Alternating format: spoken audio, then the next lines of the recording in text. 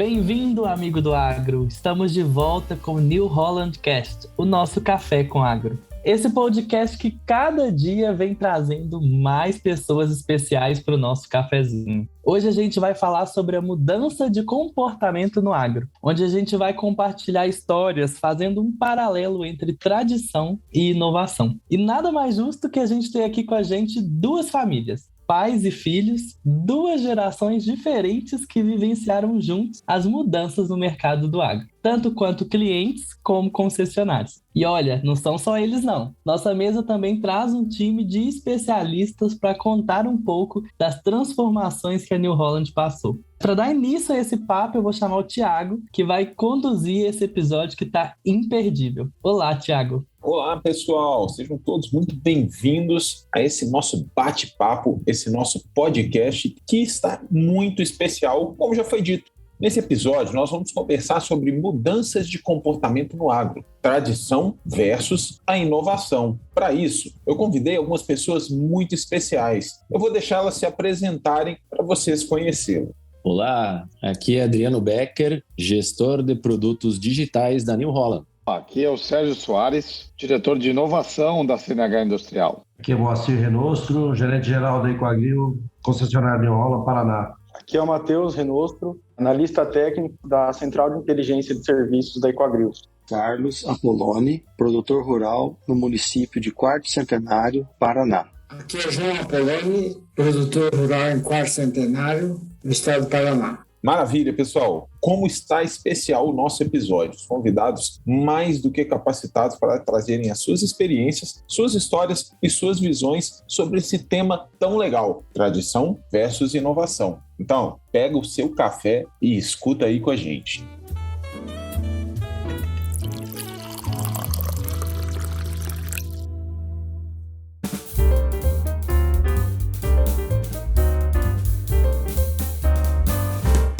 Para começar a história, vamos brincar de na minha época. Como é que a gente vai fazer isso? Nós vamos jogar um tema, nós vamos trabalhar ali como era, como está sendo hoje e qual é a perspectiva, como vai ser lá na frente. Vamos começar com o plantio. Como era o plantio antigamente?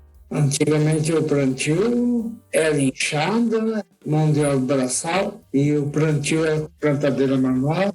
É mais ou menos isso. Após essa parte, esse plantio manual, esse plantio braçal que o seu João comenta, o início da mecanização no sul do Brasil é que fez com que os primeiros tratores, as primeiras plantadeiras, o plantio convencional, que a gente chama, né, que é a arte de primeiro fazer o gradeamento, depois fazer aragem, nivelamento, plantio, pulverização, então tudo isso foi mudando no curso do tempo. Lá nos anos 80, daí, enfim, apareceu uma evolução muito maior, que foi denominada como a fase de plantio direto, que eliminou algumas operações da mecanização e trouxe uma evolução muito grande para o setor do agro. Melhorou muito a produção. Tecnicamente, as coisas passaram a evoluir e os estudos não param até hoje.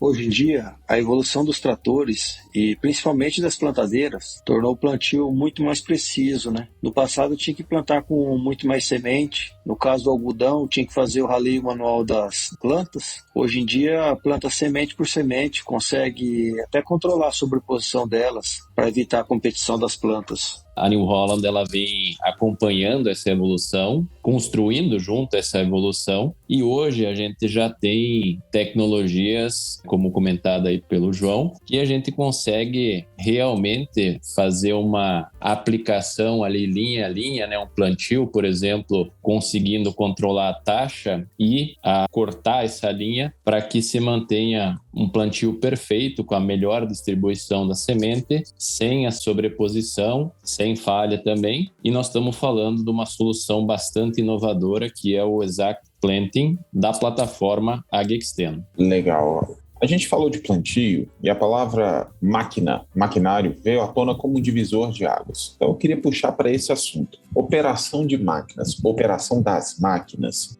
João, como é que foi esse primórdio de operação de máquina? O que o senhor pode trazer para a gente quando começou essa história? Como é que eram as máquinas? O que você tinha de dificuldade? Como é que a coisa funcionava?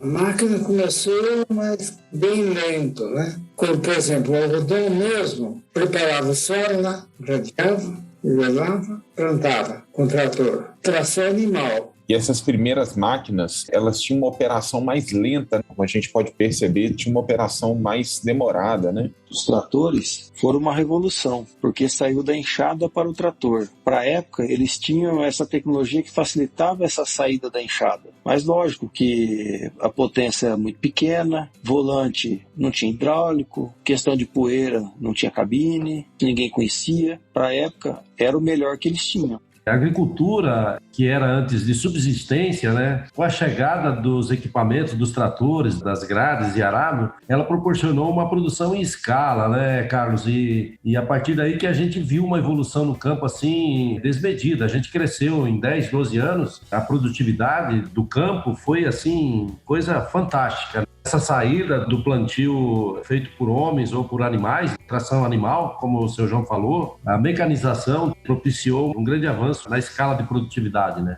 E se a gente trouxer essa conversa da realidade da operação das máquinas antigamente, o que mais evoluiu de lá para cá e como vocês veem o futuro? O que mudou muito foi as máquinas foram evoluindo. Você conseguiu também melhorar a condição de cultivo do solo. A partir de um momento começou a surgir também parte de distribuição de fertilizante, com controle de taxa. No outro momento surgiu o piloto automático para fazer as operações nas mesmas linhas. E isso vem encaminhando até no futuro, quem sabe, numa automação desse processo de cultivo.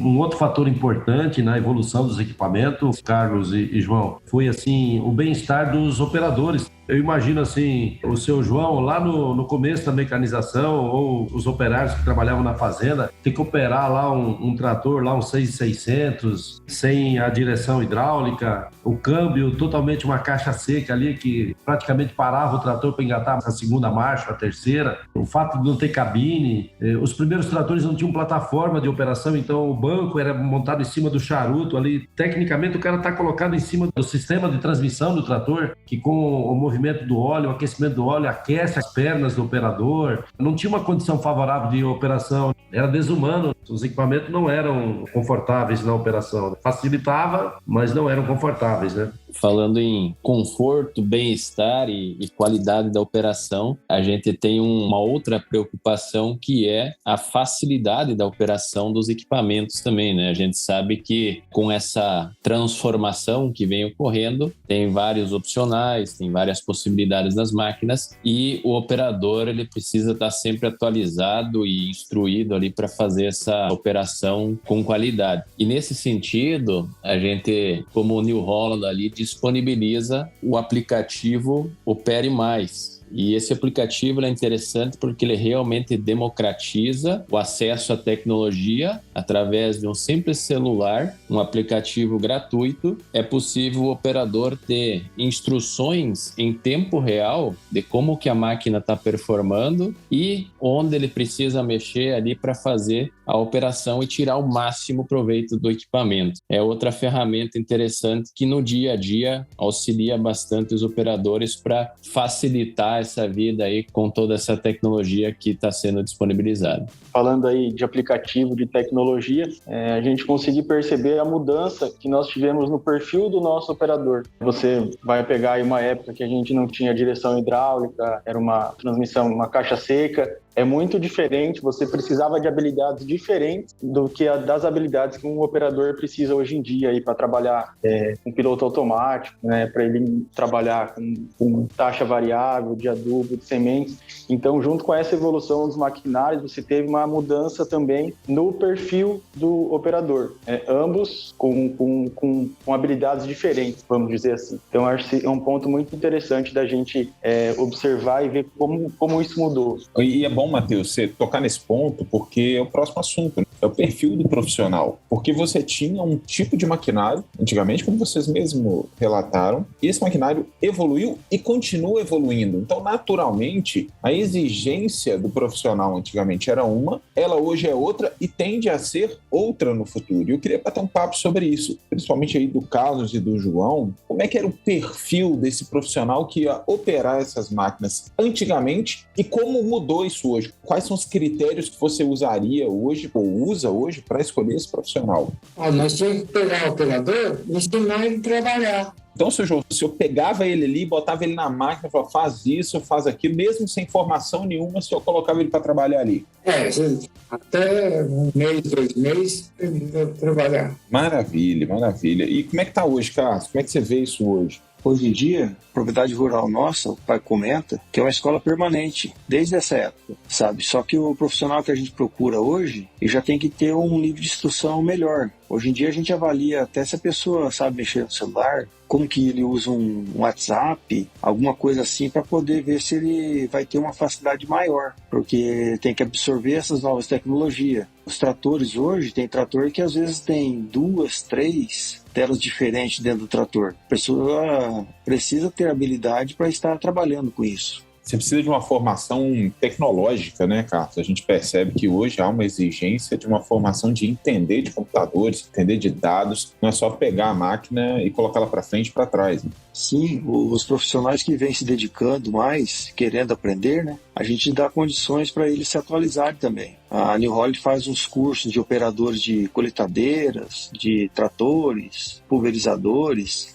Até uma questão que a gente se preocupa em fornecer esses cursos, disponibilizar para eles, porque senão a gente compra um equipamento que tem uma tecnologia embarcada muito grande e a gente não consegue tirar proveito daquilo. Mais um ponto interessantíssimo falado aí, né, Carlos? O profissional, ele é um fator predominante e determinante para que você explore todo o potencial da máquina. Então, ele tem que acompanhar, ele tem que saber utilizar ela de forma completa, plena, saber ler os dados, saber processar as informações. Muito legal. E eu queria puxar para essa conversa aqui o pessoal da concessionária, sobre esse mesmo cenário. Como era a concessionária há décadas atrás, como ela é hoje e como vocês veem que ela vai ser no futuro? Concessionário dos anos 70, dos anos 80, era um negócio engraçado, hilário. Por exemplo, um homem de vendas de campo, naquele período, costumava andar de Fusca, chegava na propriedade e carregava uma mala, que lá dentro tinha uma lista de preço, mais ou menos umas 40, 50 laudas, capa dura. O cara tinha que carregar lá 20, 30, 40 prospectos de tudo aquilo que ele ia oferecer para poder mostrar para o cliente, né, do produto que ele gostaria de vender. Um bloco de pedido lá que tinha lá 40, 50 folhas de pedido. Imagine uma mala daquelas, pesava lá entre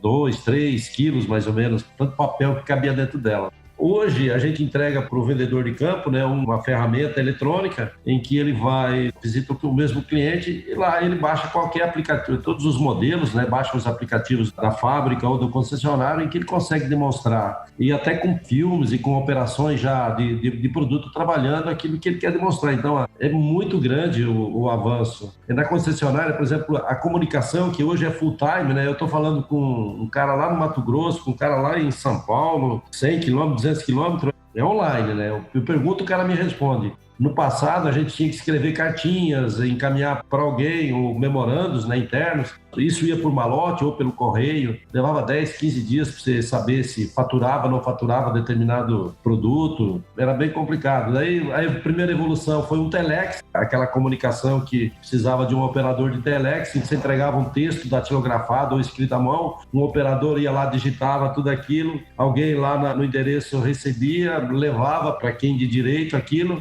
Algum tempo depois, meia hora, 1 hora, no dia seguinte vinha a resposta. Ou seja, era bem interessante. E o outro passo significativo que a gente teve na sequência foi uma ferramenta assim que chegou a assustar, tá? Era uma caixinha quadradinha chamada fax. A grande maioria das pessoas de hoje, eu acho que nem sabe o que é isso, né? Mas era uma possibilidade que a gente tinha de fazer uma transferência de documentos de um aparelho telefônico que estava em Palotina, por exemplo, para Goierê, né? Se eu precisasse pegar a assinatura do Carlos, por exemplo, do seu João, na época lá, mandava lá na filial, o seu Carlos assinava lá um contrato de compra e venda, no dia seguinte ele já estava recebendo equipamento porque ele não precisava se deslocar para assinar. Então, hoje, com a internet, que é mais um avanço depois do fax, a gente tem a vida toda facilitada. A gente está evoluindo, né? Hoje você já consegue assinar os contratos, você não põe um smartphone na mão, você assina ali, dá assinatura, não precisa de papel, não precisa de nada. A tendência é a agilidade e o ganho de tempo aí para a gente conseguir crescer, evoluir e no campo, né? No agronegócio, tempo é dinheiro, como a gente já sabe. Então, pessoal, o bate-papo ficou tão rico que optamos por dividi-lo em 2 partes. Na segunda parte, nós vamos falar sobre os impactos da das inovações tecnológicas no campo, dando ênfase aos comportamentos e novas formas de trabalho.